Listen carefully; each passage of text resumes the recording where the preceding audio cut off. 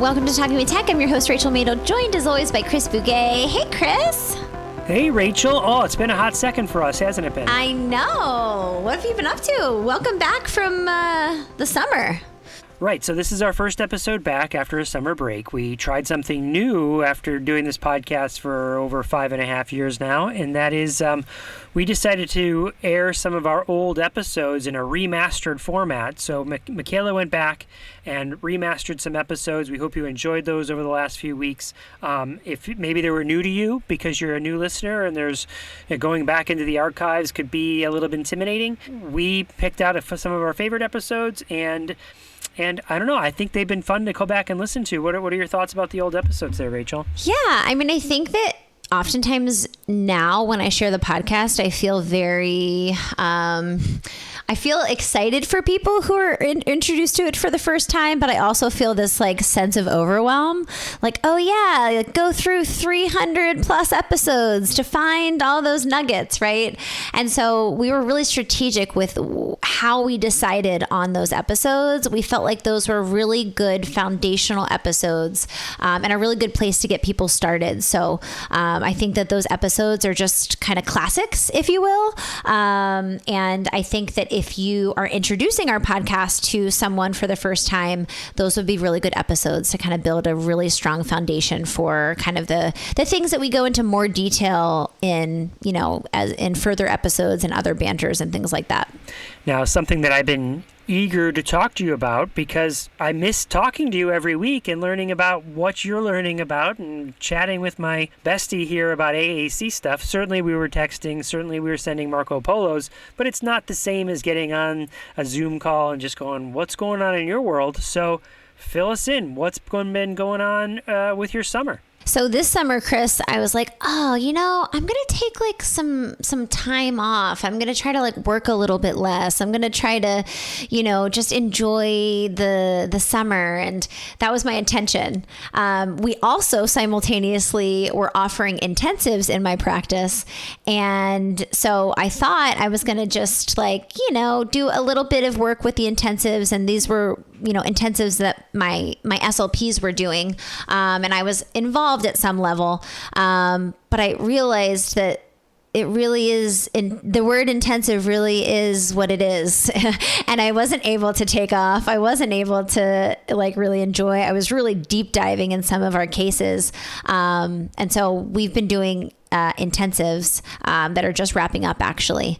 Let me ask you, when I think of speech therapy, certainly when I was doing speech therapy, I think the typical model is we pick a certain number of times per week to meet with a child, let's say every other day for 30 minutes or 60 minutes a week or something like that, right? But when you're using the word intensives, that feels like to me, and I'm sure certainly you've described it to me in the past, but for those that are like, what the heck is she talking about? What's an intensive? What does the model look like when you're doing an intensive? So we've kind of played around with different models. I've been doing intensives for years in my practice. I was doing them mostly with communication partner training. So it was intensive communication partner support. And that's all it was. I wasn't working directly with the child. I was working directly with all of the communication partners on the team, which we still do. But this summer I was like, okay, can we try something a little bit different? So we ended up landing on a model of 2 weeks of intensive direct kind of service. I say direct. It was direct because the kid was with us. We were one-on-one with the child, but we also were incorporated communication partner coaching and training. So we were seeing the kid directly for three sessions in a row. So Tuesday, Wednesday, Thursday for 90-minute sessions. So a longer session time and more frequent. And we were incorporating a lot of modeling of kind of here's what it looks like, here's an activity, and then really pulling in the communication partners, whether that was the parents who were there, the behavior therapists, there was lots of different people. So kind of the way that we set this up was, who's on your team? Okay, we're all going to be a part of this. So we're going to have to figure out when the behavior therapist is going to attend the session, when the parents are going to be there. And so really it was intensive levels of, modeling and practice using core language. Some of our cases, it was like just figuring out kind of what some of the roadblocks have been. And so that's the first 2 weeks. And then the last week, the third week of the intensive, the child goes back to camp or whatever it is that they were doing, ESY, and it's all communication partner coaching. So that last week is, here's what we learned from this intensive. Here's kind of some of the skills that we were practicing. How do we go forward and integrate into your daily routines with the child? What are your thoughts? What are some of the roadblocks that you're having now that you learned some of those strategies and you're practicing them at home? And so that was kind of the model that we used this summer. And it was really successful, actually. I'm like really proud of what we did and how much progress we saw.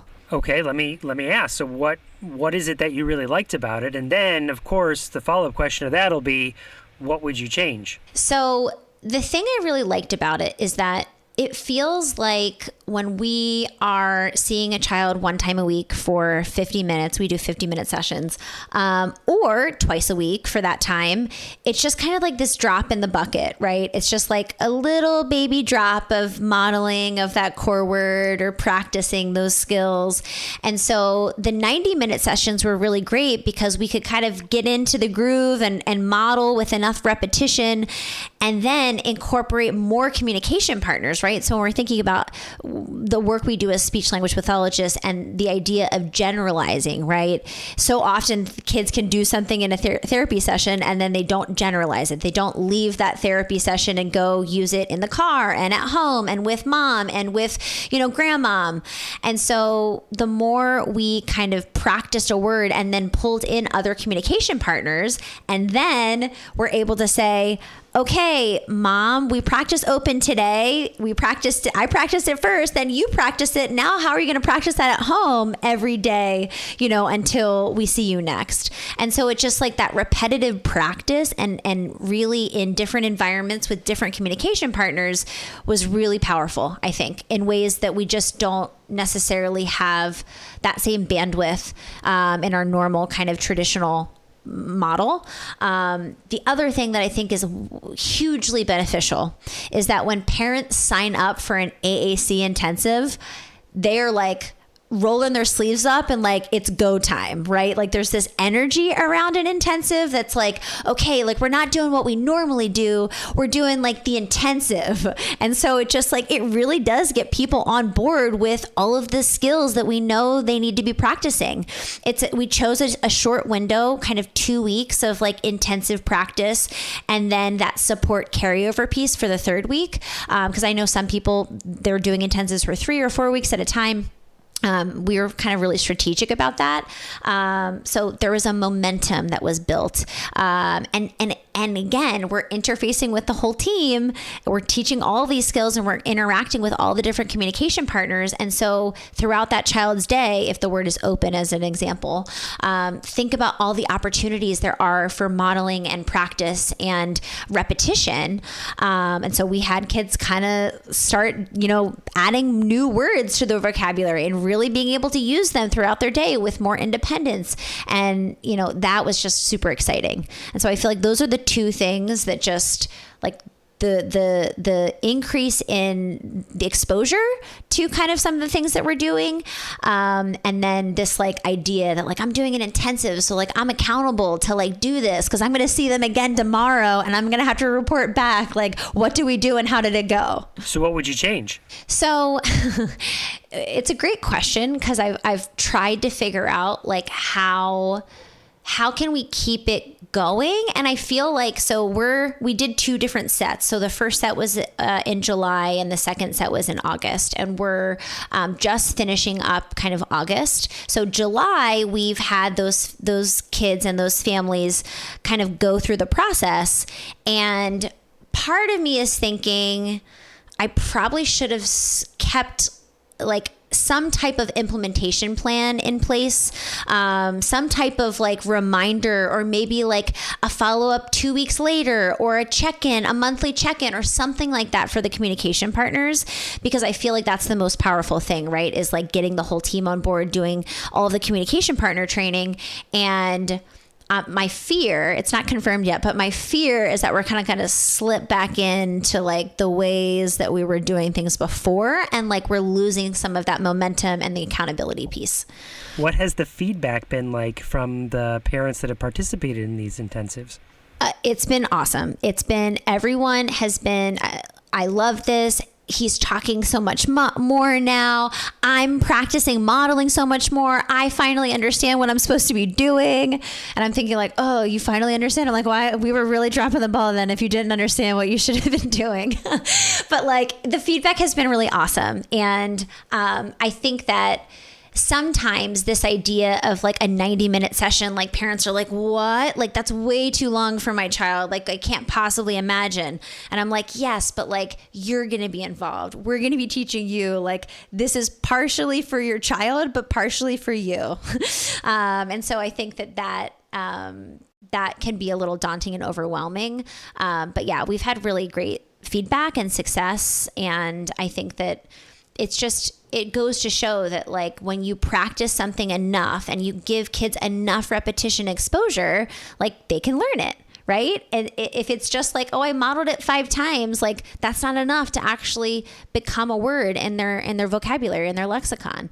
And so I think it's just like really across different environments and different people, like that has been such a game changer. And it shows because kids now have new words that they're using and they're now combining words, some of our kids, and, you know, they're typing on their keyboard. There were lots of different kind of target areas that we decided on based on what we were kind of seeing. And we also asked families, like, what are your goals for this intensive?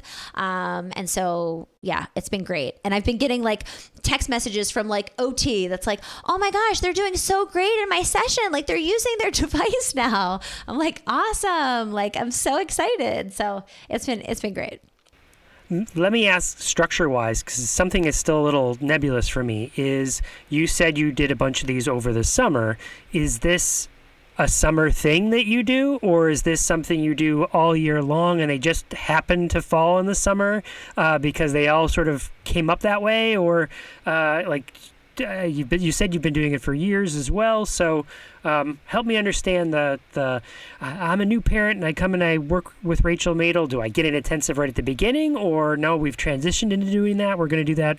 We've worked with you for a while and done it, or just help clarify it for me. It's a great question. And it kind of is like more of the business side of things, right? So we can potentially offer the communication partner intensive because I can do that and I can typically figure out the scheduling at least for one family at a time. It's very intense for me though, because I'm like, you know, I have so many extra sessions added to my already kind of busy calendar, but I've done it and I have offered that depending on the situation. And, you know, so that's always kind of an option. The reason we chose, we typically traditionally do it in the summer, and then sometimes we offer it over winter break because one, kids are more available, like they have the time. And the hardest part about this is the scheduling. So like my office manager is like, oh my gosh, like, do we have to do intensives? And I'm like, yes, because they're so effective that I really want to offer that. But the scheduling becomes kind of crazy. And so part of what allows me to do the intensives, especially over the summer and winter break, is that I have SLPs who work part-time for me and they are off during the summer and during winter break. And so they're working full-time in the schools, and then they can come do intensives for me. And so it's my practice is at a wait list at this point for regular speech therapy. Meaning like I'm in the process of going to be hiring another full-time SLP. So my clinicians don't have the availability to do the intensives, right? Like, so it kind of works out perfectly that people who work part-time for me, who also work full-time in the schools, have the time off. And then I'm like, great, fill their schedule up with a few intensives. And so that's kind of the way that the logistics have been working, and why we've made those decisions. So that's really got me thinking about a school-based practice where again, traditionally, I think what happens at most IEP meetings is that you get a service that gets listed on the IEP, and it's the same all year long. There might be some consult time. So there's direct intervention, and then there's consult time, and that's what's listed on the IEP. But I wonder if we took the model that you're describing and said, okay, right after an IEP, you get this intensive service that has many more minutes, that includes direct therapy plus communication partner coaching. And we do that intensively for 2-3 weeks, whatever the time frame might be, and then scale that back for the rest of the year. I don't know any school district that might be doing that, but it's a huge I wonder for me. And then I also wonder about the summer. Like you said, well, okay, maybe the summertime is a time that we could offer this intensive therapy. I don't know. I just wonder. The way that I do AAC assessments in my practice is through kind of that model. So like you can't just come and get an assessment with me without also purchasing a whole package full of coaching sessions after we land on a system.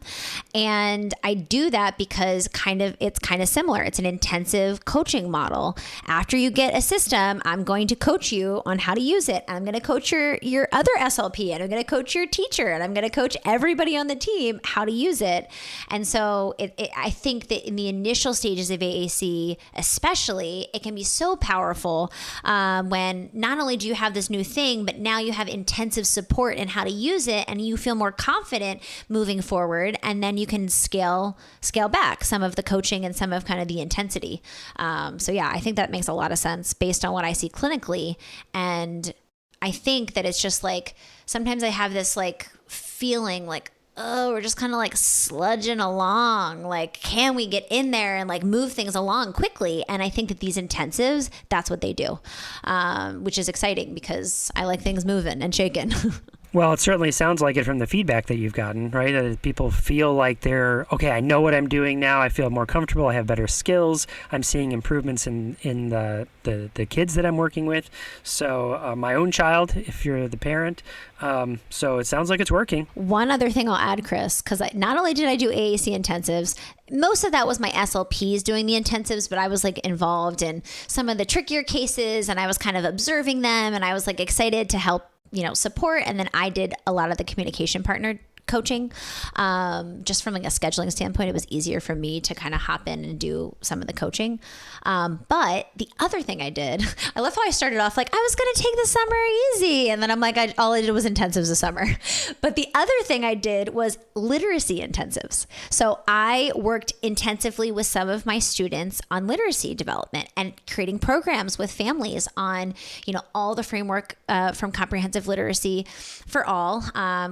And really setting up systems and routines within the family unit to address literacy. So independent reading, independent writing, shared reading, like all of that framework. We, together I worked with families on starting to implement literacy. And that was super successful too. Like so many, like I had kids that were like not even be next to a book, not even be near a book after 2 weeks independently reading. Like I literally have my client sent me a picture, and it's like her son in his bed, and she was like, he took all the books from the bookshelf and put them all over his bed, and it's literally him paging through.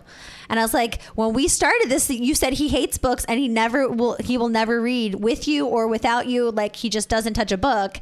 And sure enough, like we set up these routines that were predictable, and we committed to those routines and look at the results. Exactly. So that was also really exciting too, the literacy intensives. Was that the first time you've done something like that? Yes, I've always supported literacy. So it's always something I'm talking about when I'm doing parent coaching and working with families. It's always something I'm teaching, my SLPs about, and really checking in, like, how are they doing with literacy? Are you integrating literacy? Kind of like a broken record, but I've never done an intensive approach to literacy. So some of my families I was seeing like 2 or 3 times a week to really get things off the ground, because things move fast. And like, again, there's this huge accountability piece. If I know I'm going to see Rachel tomorrow, like I have to do something after we get off this call. I have to do the shared reading. I have to do, the independent writing that we just talked about. And so I think that's probably probably the biggest value is that there's a huge accountability piece when you're doing something intensively. Awesome. Rachel, it sounds like you had an awesome summer. And when we come back for the next banter, I'll tell you about all the sort of things that I did over the summer. Do you know who else is a huge fan of literacy? Judith Schoonover, my longtime friend and colleague, and in some aspects, mentor. Judith Schoonover was the first person to ever teach me and show me Boardmaker back in the day. And that's who our interview is with today. Can't wait to listen to the interview that Chris did with Judith Schoonover.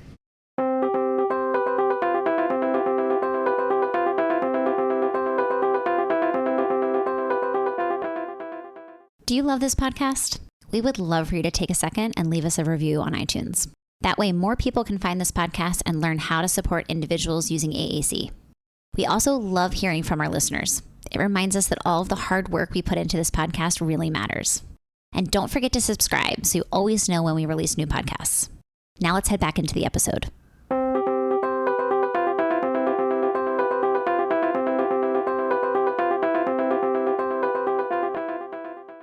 Welcome to Talking with Tech. My name is Chris Bouguet, and today I'm here with the one and only Judith Schoonover. So, Judy, before we get started, let me just tell everybody, we were supposed to record last Wednesday, but at the time we were going to record, 4 o'clock, I sent you a furious text message probably a few minutes after going, Judy, I'm not going to make it. I'm wrapped up into school, and I was in a meeting that was supposed to be an hour, and then it turned into 2 hours. You know how that goes. Not every person that comes in the Talking with Tech podcast do I have their text number, but because you and I have such history, you and I have known each other for many years.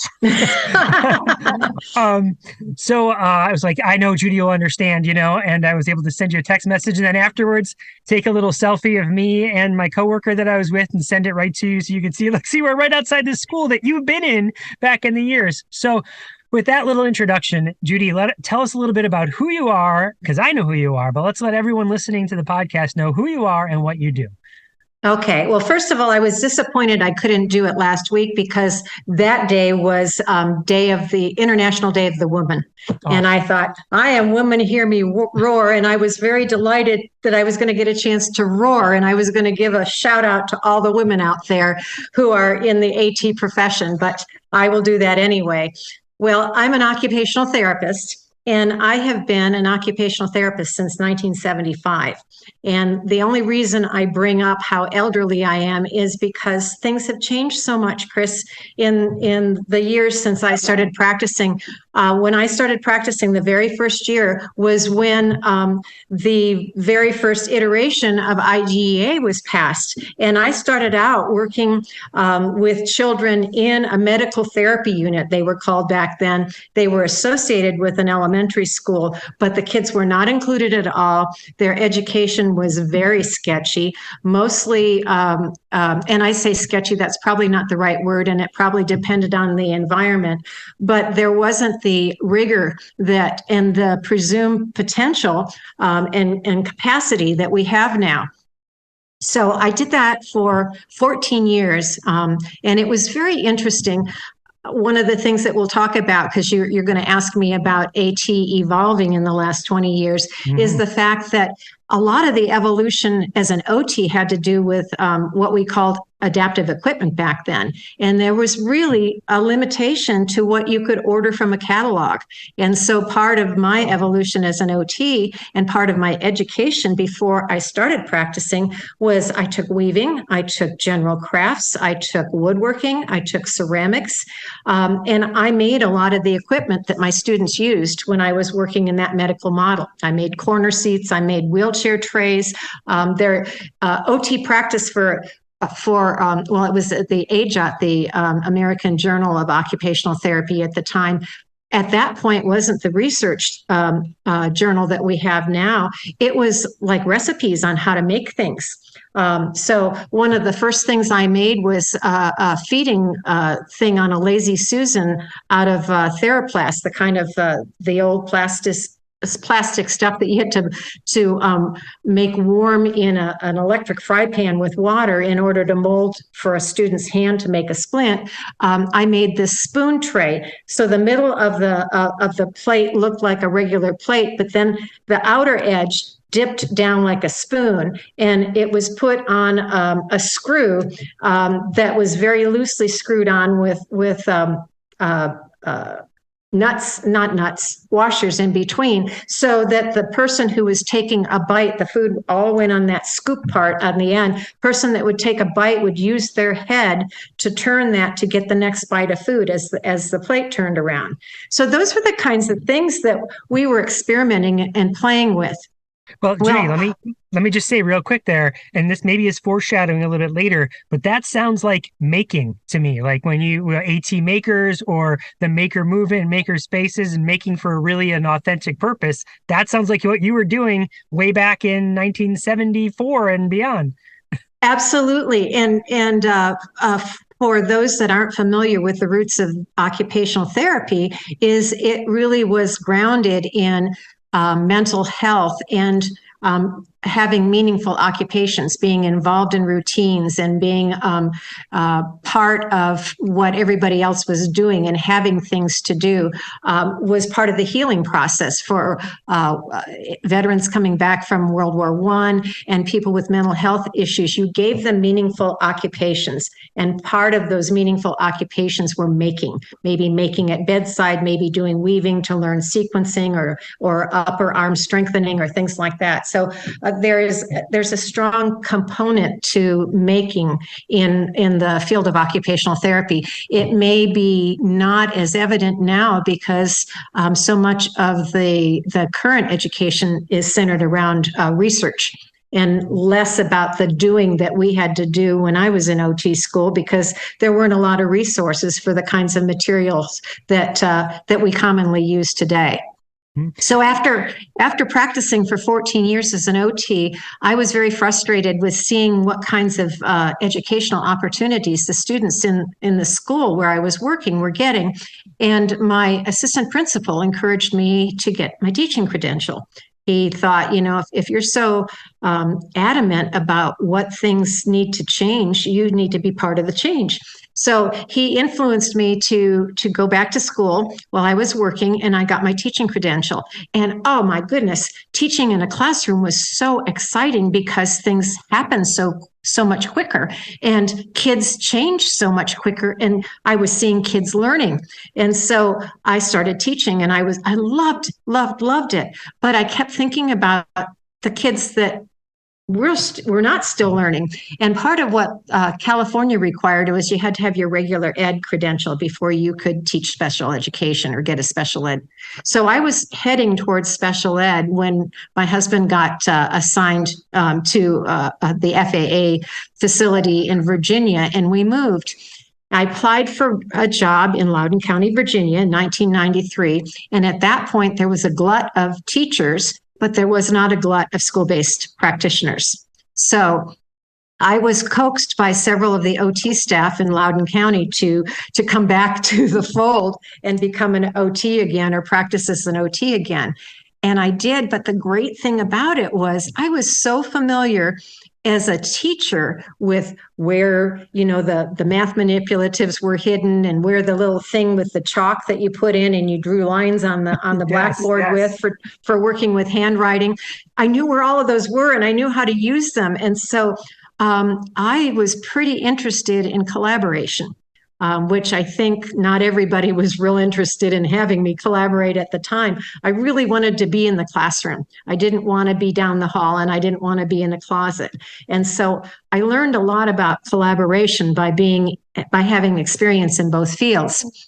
So while I was working as an OT, Loudoun County was growing and growing and growing, as you know, and probably you met me right about the time that we were looking at assistive technology from the standpoint of we needed to have people that knew something about assistive technology because the demand was starting to come in. We were doing a better job of including kids with disabilities into the classroom, but there were tools that they needed. They couldn't necessarily do things in the same way. And they were looking for people that knew a little bit more or could learn a little bit more about that to guide those practices. So I was invited to be a founding member of the Loudoun County Assistive Technology team along with you, Chris. And there was just, that we were the bare minimum. There was a part-time OT. You were the part-time speech. There was another part-time OT. There was a tech guy, and then there was a director. And luckily for us, our director at the time had the vision to say, we need more training. And so we were lucky enough to be trained by Joy Zabala. We were lucky enough to be able to go to conferences to learn more. And so it kind of went from there. Into the last part of the time that I worked full time. I retired 3 years ago now, from Loudoun County Public Schools. That time was the best time of my life in terms of professionally and collaboratively. It was so exciting. And we'll talk about that because I think I know what your next question is. And now that I'm semi-retired, I do some writing. I'm not the writer that you are. My goal and my dream is to publish an entire book, but I've published in a number of books on assistive technology and on occupational therapy. And I also do some consulting around the country. Mm-hmm. And some speaking, right? You do speaking engagements. Yes. And sometimes I get to talk with you and talk not only with you as a presenter, but talk with you like doing now. So, all right. So let's talk about that. How you see things, how have things evolved over the last 20 years in assistive technology? I mean, I think you're right. You were the first person to teach me Boardmaker. Like you came out and we had the big like Mac, or those Mac. They looked like bubble gum. They were all those pretty colors. Yes. And we had the Boardmaker, and you taught me and the autism teacher at the time how to use Boardmaker. So from that, so even before then, but then that time in Loudoun when we were working on building that team together, which I would agree, those early years of creating the team and then how it evolved over time, still I reflect back on as the best professional experience of my life, because it was like this little startup, right? I know Sally is one of the speech therapists that came on year 2, and she always uses that phrase, right? Like it's a little startup company we have, and you have this energy around it. And that certainly was the feel. But so how have you seen assistive technology evolve over those 20 years? Well, I'm going to do a little plug here. It's interesting you brought up that topic because I'm on the managing editor board of the Assistive Technology Outcomes and Benefits online journal that ATIA puts out. And that's free and it's peer reviewed. And you can look at the journal on the ATIA website. But their newest, the one that they're going to put out next fall, is looking back and moving forward, 20 years of assistive technology outcomes and benefits. And so anybody who's listening, I would encourage you, and can you put something in the manuscript about a link? That would be wonderful, because the authors are invited to submit manuscripts that describe assistive technology outcomes and benefits. They can be any age group, and they can be either research-based or just voices from the field. And so much has happened since we started talking about assistive technology in Loudoun anyway. Boardmaker is no longer a notebook of reproducibles. When I started out, we were talking about assistive technology, and we were putting out black line masters from Boardmaker, and people colored them in based on parts of speech. And you'll pronounce this better than me. Is it Gozens or Gazens? I always thought it was Goosens. Yeah. Goosens, Crane, and Elder, 1992. But that was my introduction to assistive technology from the calling it that as opposed to making adaptive equipment in my little workspace in California. So that we were doing that. And I learned in the last 20 years, there's more to voice output devices than single recorded message devices. I can't believe that iPads came out in 2010 and everything that changed from then. I remember when our team formed and we got our first order of Big Macs and Little Macs. And I sat in the office putting batteries in, and I thought, oh, wow, these are so cool. And how limited they were. And we thought, this was the best thing. And we've gone from Alpha Smarts, which were just those little portable typewriters that couldn't really do much of anything except if you hit the key, it would produce the letters, to now we've got AIM. We've got accessible educational materials. We've got them in all sizes and shapes. It is so exciting. And voice typing. Oh my goodness. And we've even evolved with voice typing. I think you've had some of the people that talk about voice typing and how it's emerged from that one product, Dragon Dictate, that we had so many prerequisites and priorities before you could start using that, to Dan Cochrane and Kelly Keys with their newest, and they keep updating it, how to teach voice typing, and the fact that we can scribble with our voices just like we scribble with our hands, as a literacy activity with voice typing, so kids can see the power of their words and their voices with letters coming out. I mean, that is a thrill.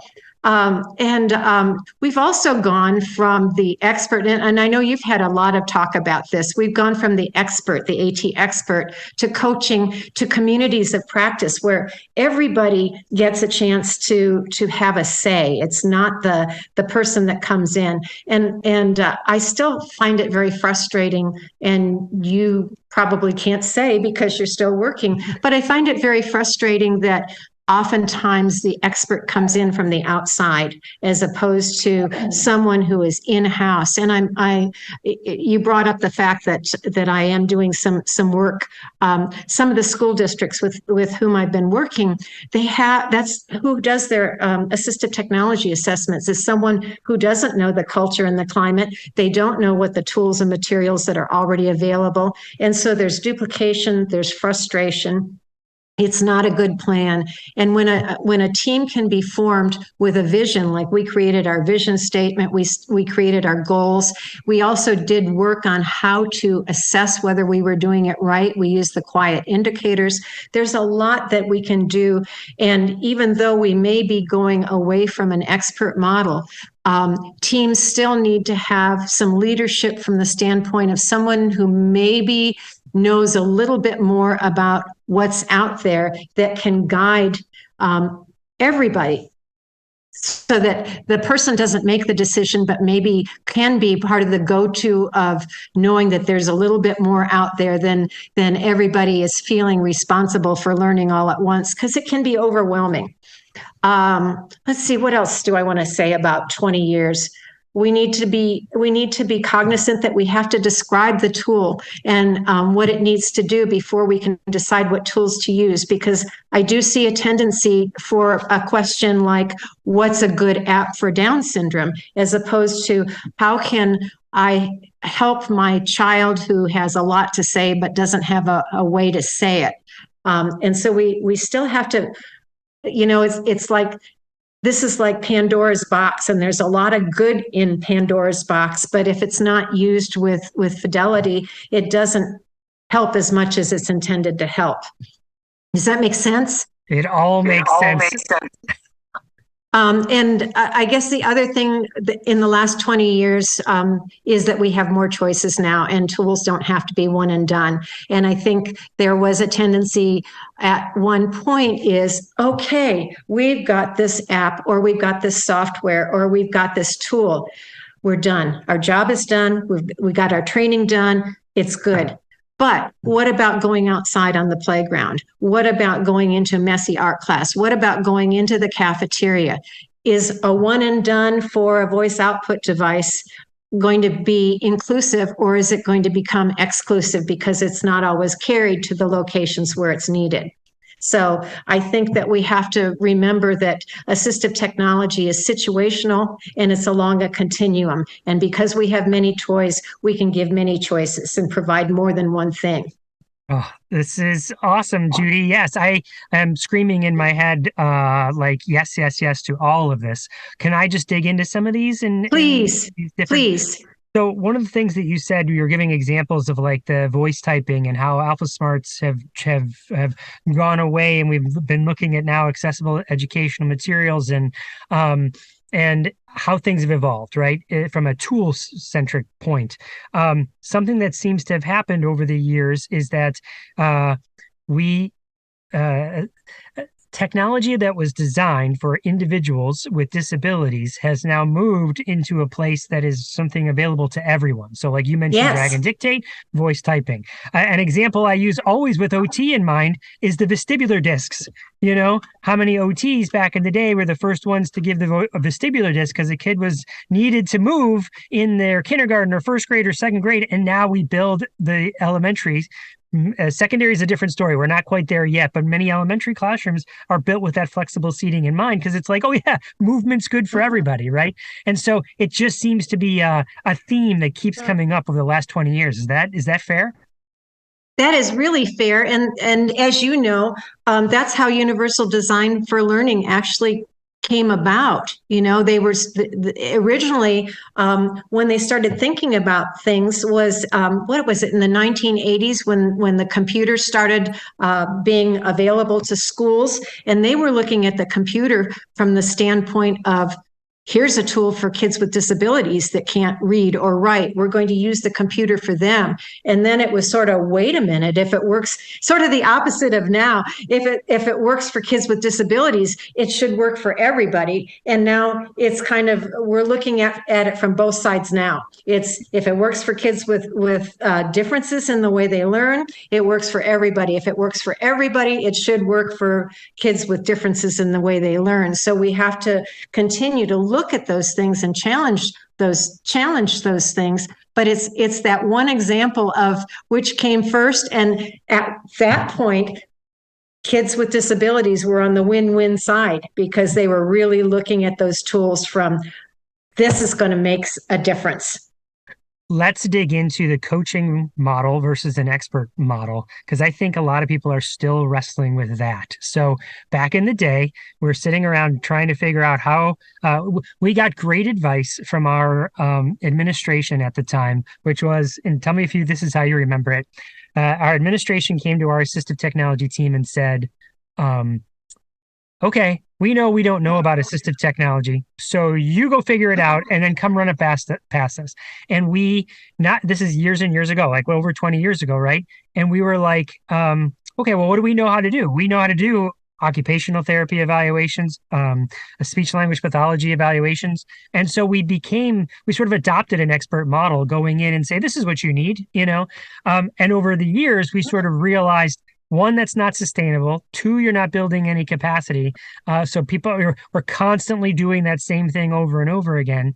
And three, no one was having any ownership. You mentioned like, not any, you know, we gave a lot of good recommendations and a lot of people did run with them. I don't want to say we didn't, but there was that, to your point that you made, here, we got you the thing, and now we're off doing the next evaluation for the next kid without really helping them adopt or implement the thing because we had so many evaluations to do. And so that helped us, I think it helped us lead us into this coaching model where it's like, what if only occasionally I tell you, you know what you need this.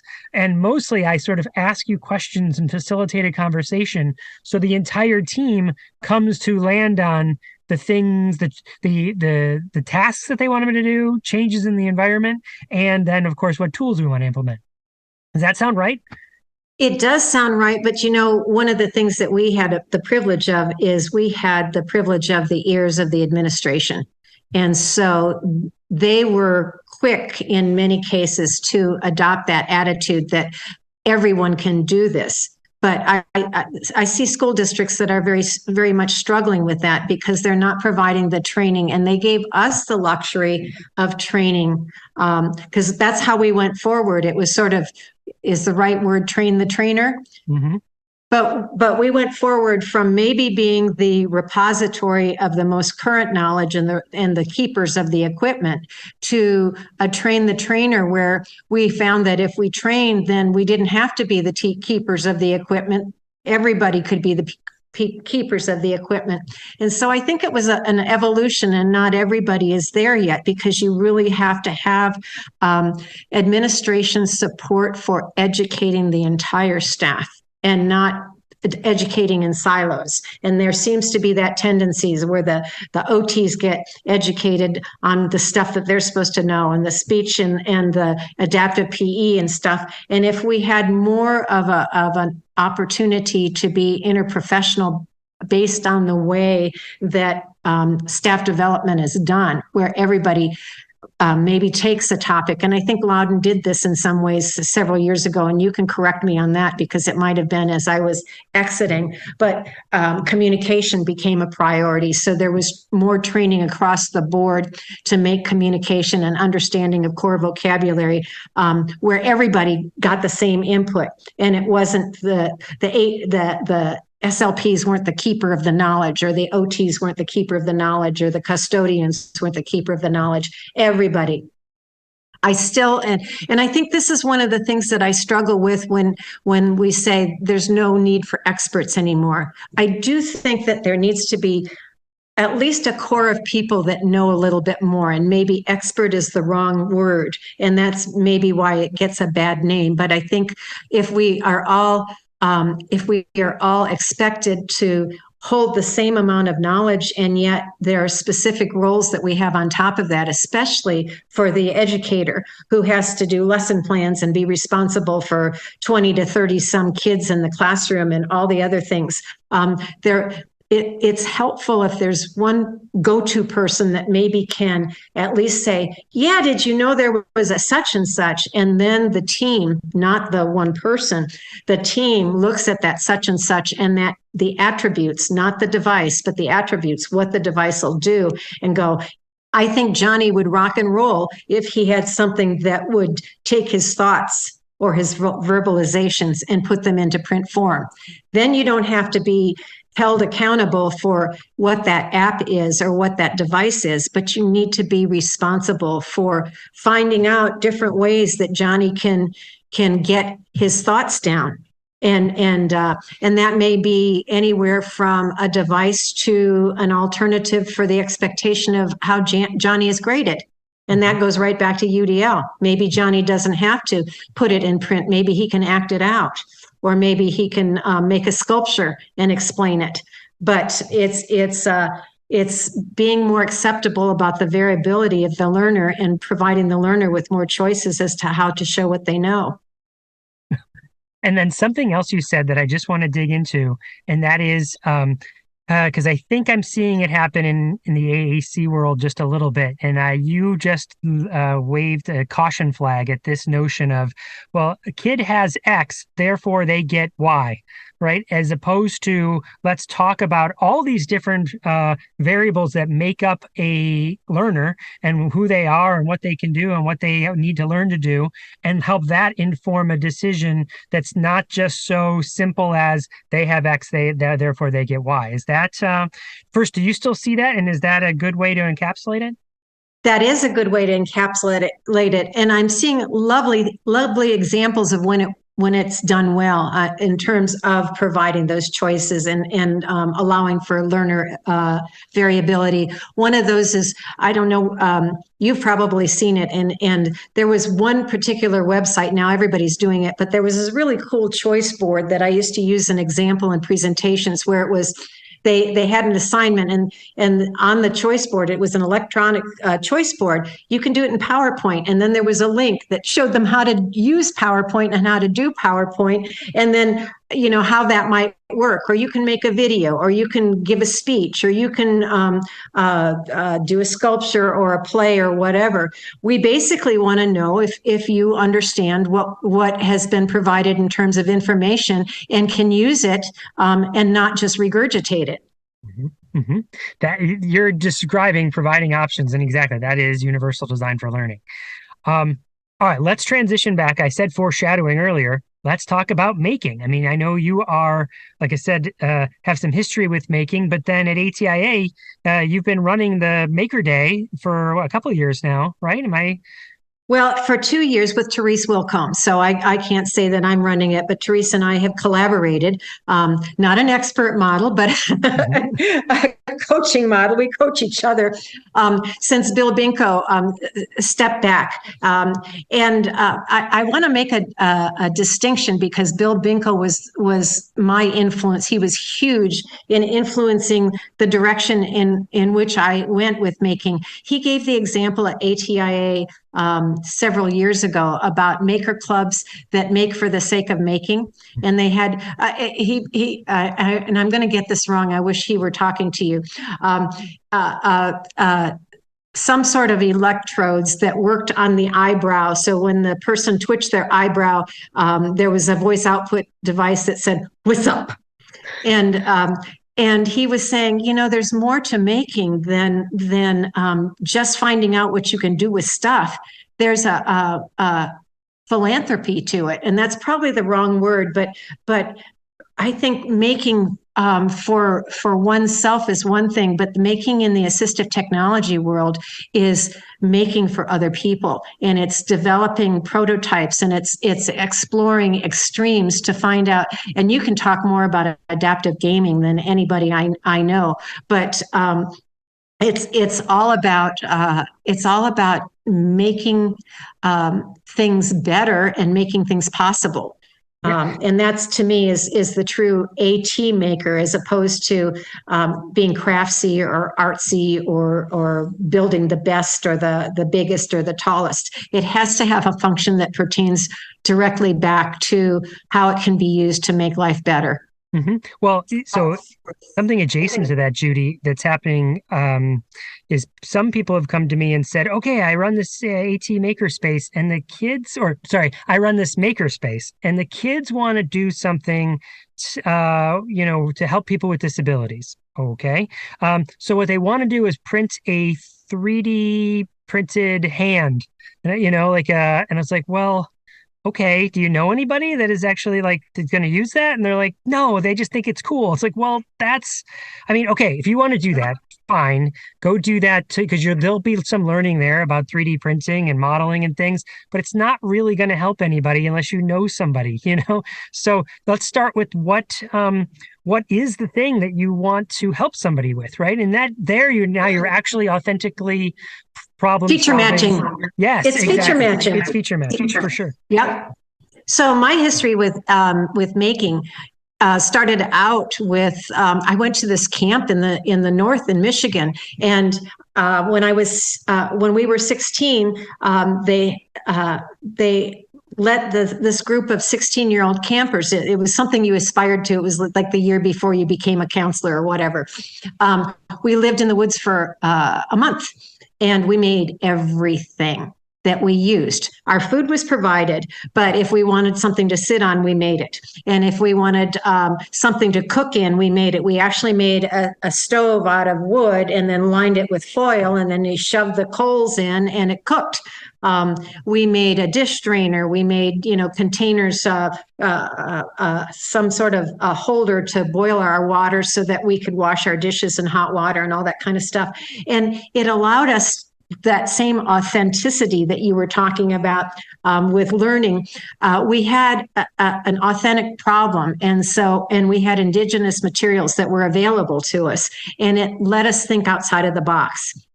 And it was so much fun. I mean, we created cutlery, we created cups and plates and all sorts of things from wood and different things that we had around. And it was very exciting and very satisfying. Also, my mother and my grandma, she died at 97. My mother's 102. So she lived through the Depression. And my grandma saved everything. She saved Cool Whip containers. She saved egg cartons. And my mother was a Renaissance woman. That was the other reason why I wanted to talk last week at International Day of the Woman, because of my mom. She made her own lingerie. She learned to cane chairs. She stripped and refinished furniture. She made table decorations and decorated hats and all sorts of things. They were so creative that there was a lot of influence on me for making do with what you had. I mean, if my mother can't open something or reach something, she's got all sorts of gimmicks on how to make it happen. And there's not just one tool. So if the can opener's not there, she's figured out something else to do. And I mentioned OT school. That there was a lot of opportunities to create an OT school and to learn why you might use this creation. So it wasn't just enough to learn to weave, but it was the task analysis. What does weaving do, and what does it require? It requires strength. It requires a certain setup. It requires sequencing, and so you could apply those attributes to someone that needed to practice those things. And so my OT education was fantastic. You and I made some movies back in the day. We used to call Chris, in case he hasn't volunteered that, Fellini, because again, we had free reign as an AT team to become creators and to do interesting things with the way we provided staff development. One of the things that you had me do, and I was just so reluctant to do it because it meant that I had to put myself out there, but we made a movie called Klinger's Closet. And as creative as Chris was with filmmaking, I was creative with making things out of junk. And I have to say, my family has a long reputation as being junkers and collectors. And so we made this movie where the staff was sitting around having lunch or doing different things. And I took things from them like straws and rubber bands and things like that. And then I talked about how you could turn straws or rubber bands or different pieces of material into a piece of assistive technology. And that's one of the things that Therese Wilcombe really talks about in her presentations and in her Maker Day setup is it's make it in a minute. Because if it takes too long, there's a loss of the momentum, there's a loss of interest. And so these things that can be just made in a minute, like a notebook turned sideways and becomes a slant board, or a pool noodle, or a squeezy ball on the teacher's desk becomes a pencil grip. Those things can make a difference and create that buy-in so that you can take the time later on to get it absolutely right, but you can use it as a door opener for the possibilities. And once you show people that they can be brave and they can make mistakes and they can create and they can change, they're more willing to try things out without waiting for the quote expert to come in. Because you've shown them that they have the knowledge, they have the tools, they just need to feel okay that they can provide some of those things. It doesn't mean that's where you're going to end up. I would never say that no one can have anything expensive or things that plug in or do a ton of different miraculous things, but there are certain things that we can provide right now in the moment that can make a difference. Version one, or even prototyping, but then maybe that's what they use, or maybe they can evolve from there. Right. And I can't say that this was all knowledge that I gained by myself. Conferences taught me a lot, and I really encourage people to take advantage of conferences. And now more than ever, conferences, so many offerings are free, or the recordings are free, or people post things, or there's listservs and things like that I'm sure you've talked about before in various podcasts. But one of the things that I saw early on that continues to be a passion of mine is adapting books. And it was at a conference where there was a presentation called Buckets of Literacy, and they put all sorts of things that pertain to the book in a bucket, and then they adapted the book, number one, to make the pages easier to turn and maybe simplify the language, but then they had a whole bunch of multisensory things that went along with it to help that child who maybe was visually impaired to see the plot of the book through the props, or a child that couldn't pay attention for very long. If you could cut the book down by 16 pages by paraphrasing, or getting to the main point quicker, they could stick around and hang in for the whole thing. So that was a huge influence. And then my most recent aha was when COVID hit, our kids went home without half their equipment. A lot of the positioning equipment didn't go home with them. A lot of their devices went home. I mean, one day they were at school and the next day they were gone. And one of the things that we prided ourselves on as an assistive technology team is providing classroom equipment. And the only problem was if you provide one for the whole class and everybody gets a chance to use it, and then all of a sudden it's not there because they're not there. We haven't done due diligence on what each and every individual needs in order to be successful. So I started doing more workshops during COVID because there were some individuals that had difficulty with that problem solving of looking around the household and figuring out, well, if a lazy Susan would work for reach so that somebody could get to the things that were out of reach, or if a medicine bottle or a squeeze bottle could become a pencil grip or whatever.